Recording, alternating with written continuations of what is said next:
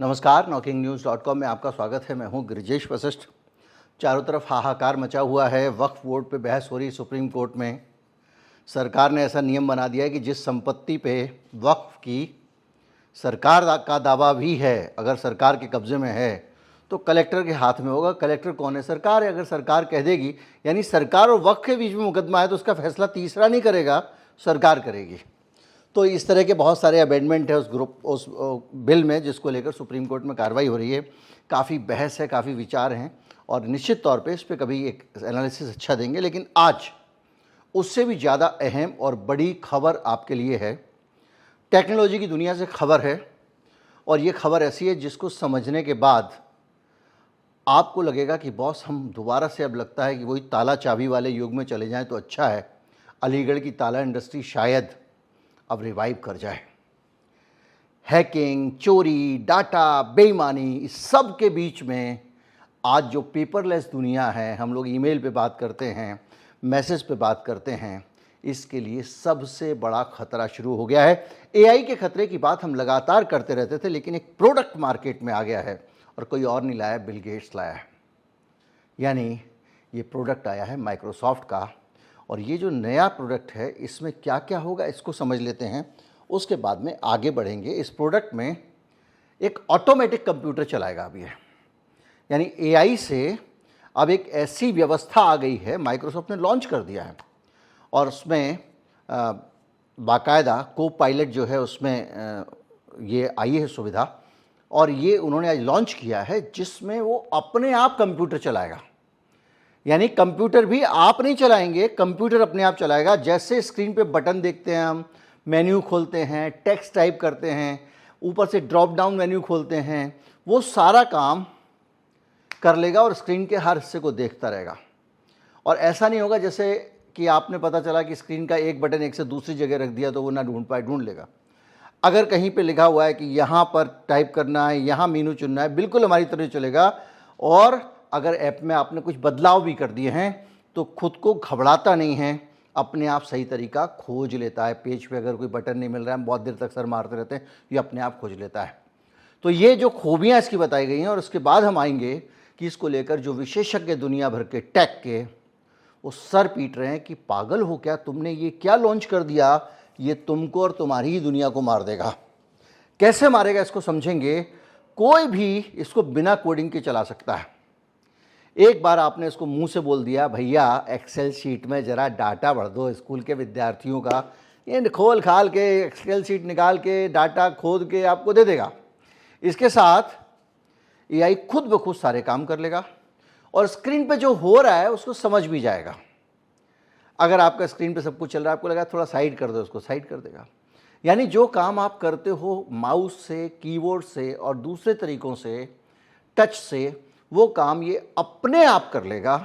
और इसके बाद क्या कैंसिल करना है, सबमिट बटन ये भी कर लेता है, हर काम का रिकॉर्ड रखता है और रीजनिंग स्टेप इसके अपने आप सेव होते जाते हैं। अब आप सोचिए कि ये कैसे खतरनाक हो सकता है। पहले आपको ये समझाते हैं कि ये काम कैसे करेगा। अगर मान लीजिए थोड़ी देर के लिए कि आपने सरकार एआई से कहा कि एक सरकारी पोर्टल खोल के उस पर मेरी आधार की जानकारी अपडेट कर दो और उसका स्क्रीनशॉट कर दो। अब ये क्या करेगा, वेबसाइट खोलेगा, लॉगिन करेगा, आईडी पासवर्ड डालेगा, फॉर्म भरेगा, सबमिट करेगा। उसमें अगर वो कहेगा फ़ोटो अपलोड कर दो तो अपने आप 2 MB के अंदर रखना है तो वो कर देगा, छोटा बड़ा कर देगा, सब कुछ कर करा के और स्क्रीनशॉट लेके आपको भेज देगा कि लो भाई कर दिया है। ऐसे करेगा बगैर API एक्सेस के। बगैर, अब API एक्सेस क्या होती है, ज़्यादातर ये होता है कि आपकी जो वेबसाइट है उसको एक पिछले दरवाजे से किसी और वेबसाइट को आप एक्सेस दे देते हो, तो वो अपने सॉफ्टवेयर के ज़रिए अपनी वेबसाइट को चला सकते हैं। उसको API एक्सेस कहते हैं। उदाहरण के लिए, अगर एक कोई न्यूज़ साइट है और उसका आप चाहो कि वो आपके यहाँ पे भी दिखे तो वो आपको API एक्सेस दे सकता है। उदाहरण के लिए, अगर मैं अपनी कोई वेबसाइट बनाऊँ और उसमें चाहूँ कि जो है वो ज़ेप्टो का ऑर्डर मेरी वेबसाइट से लोग कर सकें, तो ज़ेप्टो एक API एक्सेस हमको दे देगा, उसके ज़रिए हम यहाँ से आपका वो चला सकते हैं। लेकिन ये करेगा काम बगैर API एक्सेस के बदले। अब ये खतरनाक क्यों है, इसको हमको समझना पड़ेगा। जब ये अपने आप माउस और कीबोर्ड चला सकता है, तो अब तक का सुरक्षा का सबसे बड़ा जो हथियार है कंप्यूटर की है, वो है कैप्चा। वो पूछता है कि आप सचमुच ह्यूमन हैं, वो आपसे कहता है कि ये अंक भरो, वो आपसे कहता है ये संख्या भरो, ABCD भरो, देता है ना, और वो आपको कैप्चा भर के देना पड़ता है। और ये इस बात की निशानी है कि कैप्चा इंसान ही भर सकता है, कंप्यूटर नहीं भर सकता। क्यों?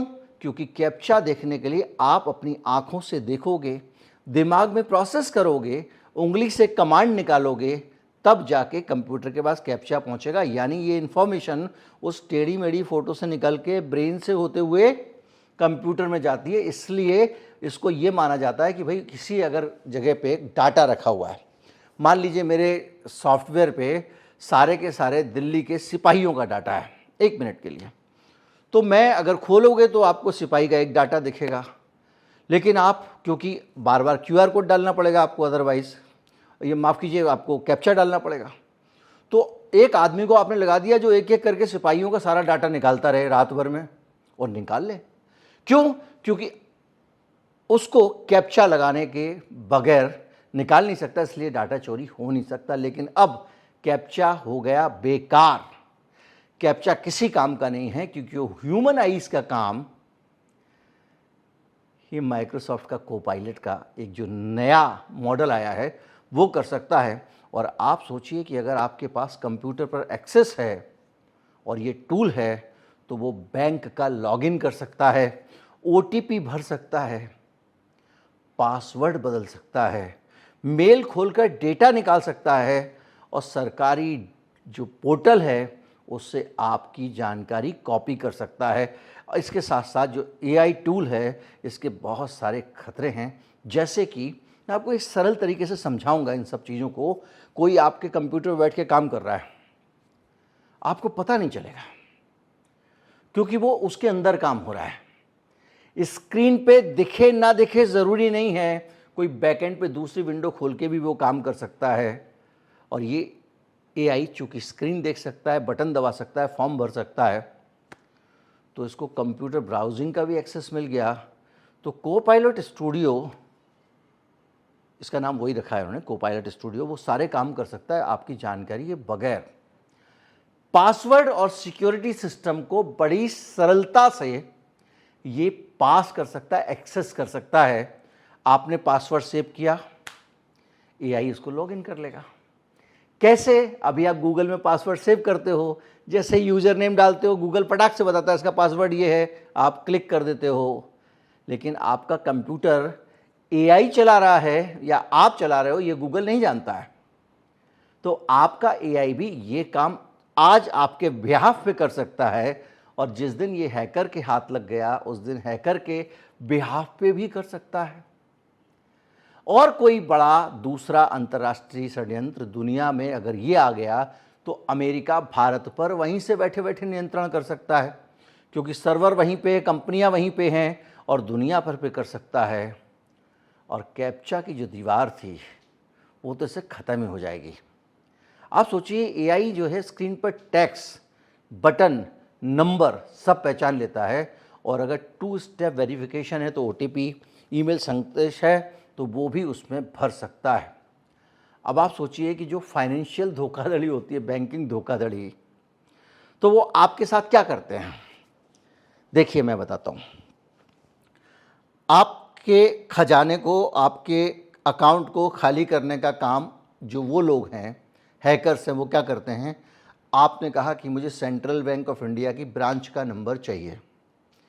अब आप गूगल पे गए, आपने सर्च किया, उन्होंने किसी एक वेबसाइट के अंदर या कोरा के आंसर के अंदर कहीं पे ब्रांच का नंबर लिख दिया है। आप कहोगे सारे नंबर देते नहीं अपनी वेबसाइट, लेकिन मैंने तो निकाल लिया भाई, कोरा से मिल गया। अब आपने फ़ोन मिलाया, वहाँ से एक आदमी ने फ़ोन उठाया, हेलो सेंट्रल बैंक से बोल रहे हैं? हाँ जी हाँ बोल रहा हूँ। क्या हुआ जी? तो वो बैंक वाला बन जाएगा, फिर आपसे इन्फॉर्मेशन लेता चला जाएगा। फिर आपको कहेगा ठीक है मैं आपको एक ये भेज रहा हूँ लिंक, इसको कॉपी कर लीजिए, खोल लीजिए, और ऐसे ऐसे करके वो क्या करता है, रिमोट एक्सेस वाला एक सॉफ्टवेयर आपके कंप्यूटर में इंस्टॉल कर देता है।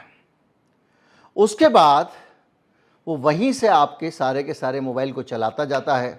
आपके बैंक अकाउंट का जो अंदर नंबर लगा हुआ है वो अपने एप्लीकेशन से आपके मोबाइल को चला के बदल देता है और वो बैंक से पैसे निकालता जाता है, आपका ओटीपी भी नहीं आता है। लेकिन अभी ये काम वो बैठ के रिमोट एक्सेस लेके कर रहा है, आपको एक सॉफ्टवेयर उस पर इंस्टॉल करना पड़ता है।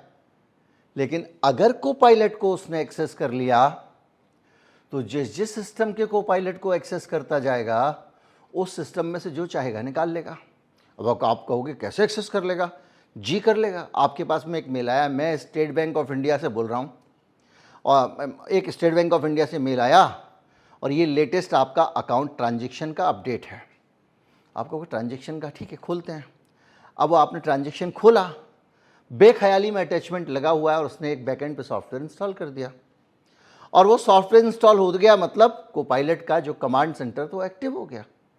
खत्म। आपको उस वक्त कुछ पता नहीं चलेगा, कोई परमिशन भी नहीं लेगा आपसे और वो आपकी चीज़ों को एक्सेस करने के लिए तैयार है। जैसे ही आप कंप्यूटर से हटोगे, कुछ करोगे, पीछे ऑपरेशन चालू कर देगा। आपके ईमेल के अंदर जितना प्राइवेट डाटा है वो हासिल कर लेगा, क्योंकि रिकवरी ईमेल बदल सकता है वो, और रिकवरी का मोबाइल नंबर भी बदल सकता है जिस पे ओटीपी आता है। यानी आपको पता ही नहीं चलेगा, पीछे पता नहीं क्या क्या हो जाएगा, और वो आपके लॉगिन कर सकता है बैंकिंग ऐप पे, उसे पैसे ट्रांसफ़र कर सकता है, फर्जी इनवॉइस बना सकता है और आपके अकाउंट से पीडीएफ भी निकाल सकता है। और ये सारी चीज़ें खतरनाक हो सकती हैं अगर बैंक का जो टर्मिनल है उस पर उसने कब्जा किया, वो अपने आप चलाने लगा। क्योंकि ये फीचर जब विंडोज़ में आएगा कोपायलट, तो कोपायलट स्टूडियो विंडोज़ में आने का मतलब ये है कि ये सबके कंप्यूटर में अपने आप ही रहेगा।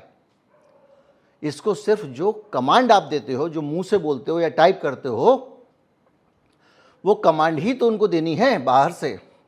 अब आपके मन में एक विचार आ रहा होगा कि मोबाइल में 50 एप्लीकेशन होती हैं, लेकिन ये एप्लीकेशन तो नहीं कर पाती हैं ऐसा, फिर ये कोपायलट कैसे कर लेगा?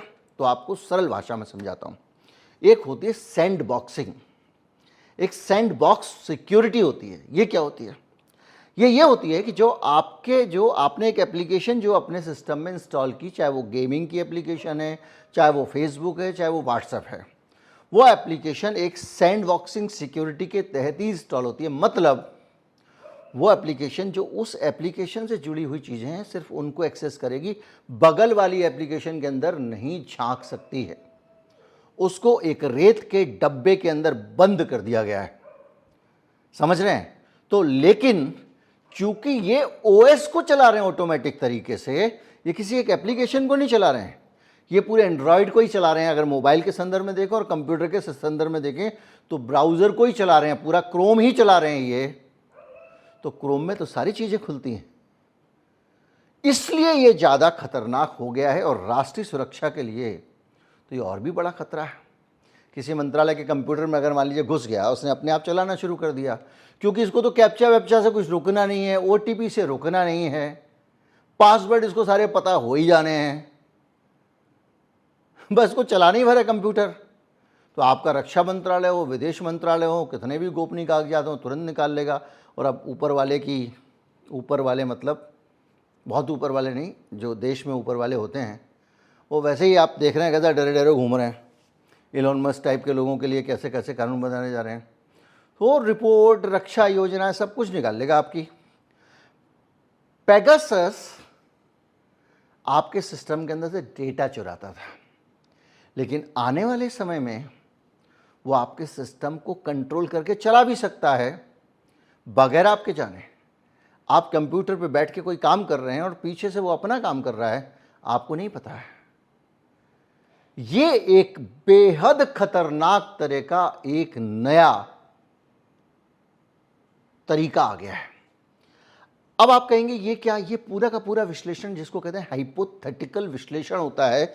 जब कोई सिचुएशन आती है, कोई नया आविष्कार आता है, कोई भी चीज़ आती है, तो हम उसके प्रोज एंड कॉन्स की चिंता करते हैं। तो एक्सपर्ट जब इसका हाइपोथेटिकल एनालिसिस कर रहे हैं तो वो ये कह रहे हैं कि भैया एक बात बताओ, ये अपने आप कंप्यूटर चला लेगा तो क्या कैप्चा भी देख लेगा, ओके कर देगा? हाँ जी हाँ कर लेगा, माइक्रोसॉफ्ट कहता है। तो कह रहे हैं फिर तो सारा सुरक्षा चक्र टूट गया। इस तरह का एनालिसिस बहुत सारा है और सबसे बड़ी बात है कि ये सिर्फ देख नहीं रहा है, पेगासस आपके सिस्टम में देख रहा है, ये कर भी रहा है। आप सोचिए कि प्रधानमंत्री ऑफिस से उनका इस्तीफा भी आ सकता है। जब प्रधानमंत्री का ट्विटर अकाउंट हैक हो सकता है तो प्रधानमंत्री के साथ बहुत सारी चीज़ें हो सकती हैं। या प्रधानमंत्री को छोड़ दीजिए, और भी तो बहुत सारा, सरकार केवल प्रधानमंत्री थोड़ी है, लाखों ब्यूरोक्रेट्स हैं, सरकारें हैं, मंत्री हैं, किसी के साथ कुछ भी हो सकता है। पुराने ज़माने में तो आप देखते होंगे जाके ये बग इंस्टॉल कर रहे हैं, सिर्फ आवाज़ ही सुन पा रहे हैं। यहाँ तो मंत्रालय का पूरा पूरा और व्यक्तिगत डेटा तो आपका भगवान ही मालिक है। भाई सरकारी साइट पे आपका आधार एक्सेस कर सकता है, आधार में बदलाव कर सकता है, मॉडिफिकेशन कर सकता है, आधार की कॉपी मंगाने की एप्लीकेशन डाल सकता है, आपका पता बदल सकता है, आपके बिहाफ पे कुछ चीज़ें भी ऑनलाइन ऑर्डर कर सकता है। जितना जितना जो कुछ हो सकता है वो सब ये कर सकता है, क्योंकि ये आपका ब्राउज़र चला सकता है। जब ये आपका ब्राउज़र चला सकता है तो सब कुछ कर सकता है। मेल, डॉक्यूमेंट, गैलरी सब कुछ खंगाल लेगा। नाम, पता, जन्म तिथि, पहचान पत्र, हेल्थ रिपोर्ट, स्कूल सर्टिफिकेट जैसी जानकारियां भी निकाल लेगा। और तो और बैंक में आपके नाम पे लोन पे अप्लाई कर दिया, OTP आया, इसने पढ़ लिया, डाल दिया, ये भी कर सकता है।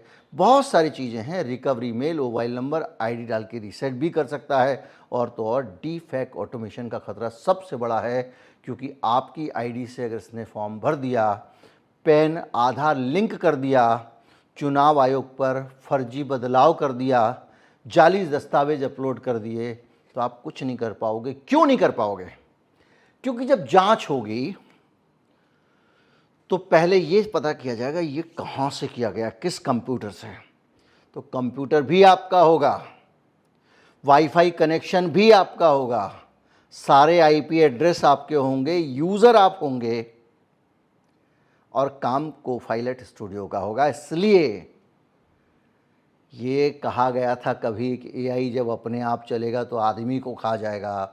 ये पूरा AI पहले कंप्यूटर को ही खाने वाला है, क्योंकि जब ये चीज़ें आएंगी तो क्या होगा? अब एंटीवायरस फायरवॉल को तो धोखा दे ही देगा, क्योंकि इसको तो परमिशन है चलाने की कंप्यूटर। तो जब कुछ चीज़ें आएंगी, जब आप सुरक्षा उपाय करेंगे तो क्या होगा? जैसे अभी जब हमारा अकाउंट नॉकिंग न्यूज़ वाला हैक हुआ, भाई जिसने नहीं किया इसको सब्सक्राइब कर लीजिए, क्योंकि उस अकाउंट को मुक्त कराने के लिए संघर्ष चल रहा है, लड़ाई चल रही है। देखो होता है, नहीं होता, होगा तो कब होगा। तो हमको किसी ने कहा कि भैया एक ऐसी की लगती है जो फिंगरप्रिंट से ही खुलेगा, उससे आपका कंप्यूटर, वो लगा लो आप। तो क्या हुआ, अभी तक तो हम लोग सॉफ्टवेयर की दुनिया में थे, अब एक हार्डवेयर उसमें शामिल हो गया, अंगूठा शामिल हो गया। तो धीरे धीरे करके, जैसा मैंने शुरू में कहा था, ताला चाबी लेके ही आप अपने सिस्टम को बचा सकते हो। और इसके साथ साथ AI सॉफ्टवेयर की तरह इंस्टॉल नहीं होता कभी। एक बात याद रखिए, ये सिस्टम से जुड़ी सर्विस है। AI कोई ऐसा नहीं है कि एक मॉलवेयर आपके सिस्टम में कोई इंस्टॉल कर रहा है। AI ऐसा नहीं है कि बाहर से कोई सॉफ्टवेयर, वायरस, बैक्टीरिया डाल रहा है जो आपका एंटीवायरस सर्च कर लेगा। ये तो आपके कंप्यूटर की ही एक सर्विस है, सिस्टम से जुड़ा हुआ है। इसलिए जो सिक्योरिटी के आपके टूल होते हैं, एंटीवायरस, अलार्म, फलाम, जलाम, वो बेचारे कुछ नहीं कर पाएंगे, क्योंकि यहाँ कोई अलग से सॉफ्टवेयर नहीं है।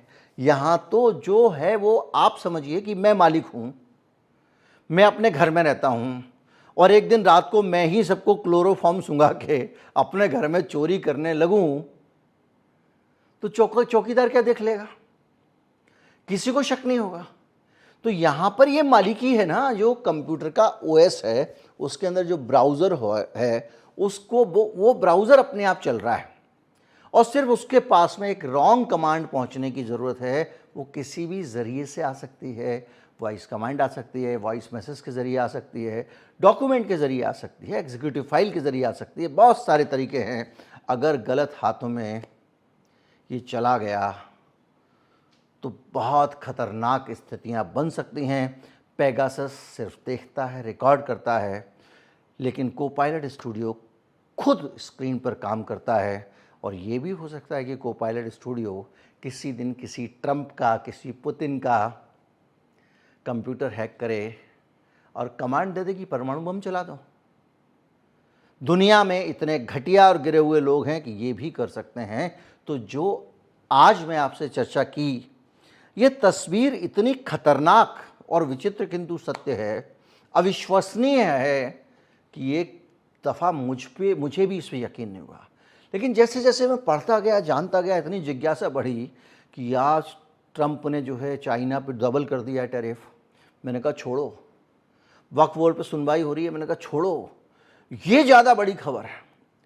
और बड़ी खबर मतलब कि एआई अब धीरे धीरे मनुष्य के ऊपर नियंत्रण करने की ओर बढ़ रहा है, और को पायलट स्टूडियो उसका एक उदाहरण है। उम्मीद करता हूँ कि मैं सरलता से आपको ये समझाने में कामयाब रहा हूँगा। अगर नहीं रहा हूँ तो दोबारा समझ लीजिए।